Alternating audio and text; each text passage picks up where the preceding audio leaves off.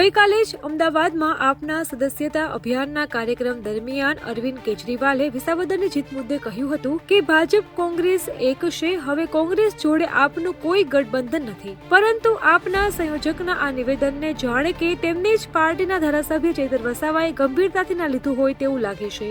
અને આ નિવેદનને હજુ 24 કલાક પણ થયા નથી ત્યાં આજે સુરતમાં DGVCLની પરીક્ષામાં થયેલ કથિત અન્યાય અને સ્માર્ટ મીટરના વિરોધમાં આપના એમએલએ ચૈતર વસાવા અને કોંગ્રેસના એમએલએ અનંત પટેલ ગઠબંધન કરી વિરોધ કરી રહ્યા છે. તો 5 મહિના પહેલા વિદ્યુત સહાયક માટેની પરીક્ષાના પરિણામ જાહેર થયા બાદ પણ 1800 થી વધુ પરીક્ષાર્થીઓને નિમણૂક પત્ર આપવામાં આવ્યા નથી. તો આ મુદ્દે આદિવાસી નેતાઓ આપના ચૈતર વસાવા અને કોંગ્રેસના અનંત પટેલ કાપોદ્રા ખાતે આવેલી DGVCLની મુખ્ય કચેરી ખાતે વિરોધ કરવા પહોંચ્યા હતા. તો આ સમયે મોટી સંખ્યામાં પોલીસ કર્મીઓ પણ તૈનાત કરવામાં આવ્યા હતા.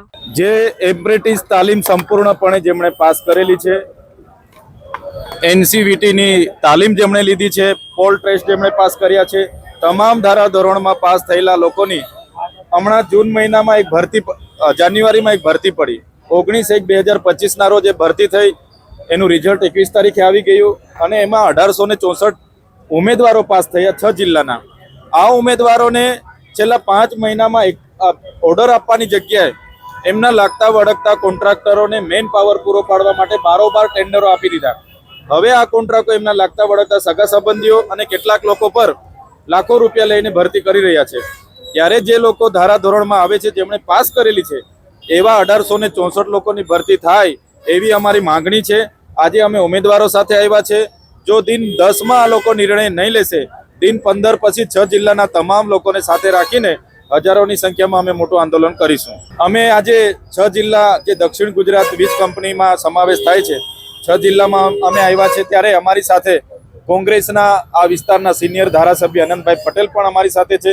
ત્યારે અમારી અનંતભાઈ સાથે હર હંમેશ જ્યાં પણ અન્યાય થાય છે અમે સાથે હોઈએ છીએ. એના ભાગરૂપે આજે પણ અમે સાથે છે અને એના યુવાનોને જ્યાં સુધી ન્યાય નહીં મળે ત્યાં સુધી અનંતભાઈની સાથે રહીને અમારી લડત ચાલુ રહેશે. ચોક્કસપણે આવનારા દિવસોમાં એક કૌભાંડ પણ અમે બહાર પાડીશું. સાથે સાથે આ દક્ષિણ ગુજરાત વીજ કંપની ખાનગી ક્ષેત્રને આપવાના ઇશારે એ લોકો સ્માર્ટ મીટરની યોજના લાવ્યા છે, એનો પણ અમે વિરોધ કરીએ છીએ. વિજિલન્સની ટીમ ગામડાઓમાં આવીને ખેડૂતો અને કાચા ઘરોમાં જે રેડ પાડે છે એનો પણ અમે વિરોધ કરીએ છીએ. આવનારા દિવસોમાં તમામ મોરચે અમે આ કંપની સામે લડવા તૈયાર છે. એમનો ઘેરાવો કરવા માટેની ફરજ પડશે એ પણ આવનારા દિવસોમાં અમે ઘેરાવો કરીશું. અમારી તમામ માહિતીથી અપડેટેડ રહેવા માટે જોડાયેલા રહો ત્રિશુલ ન્યૂઝ સાથે.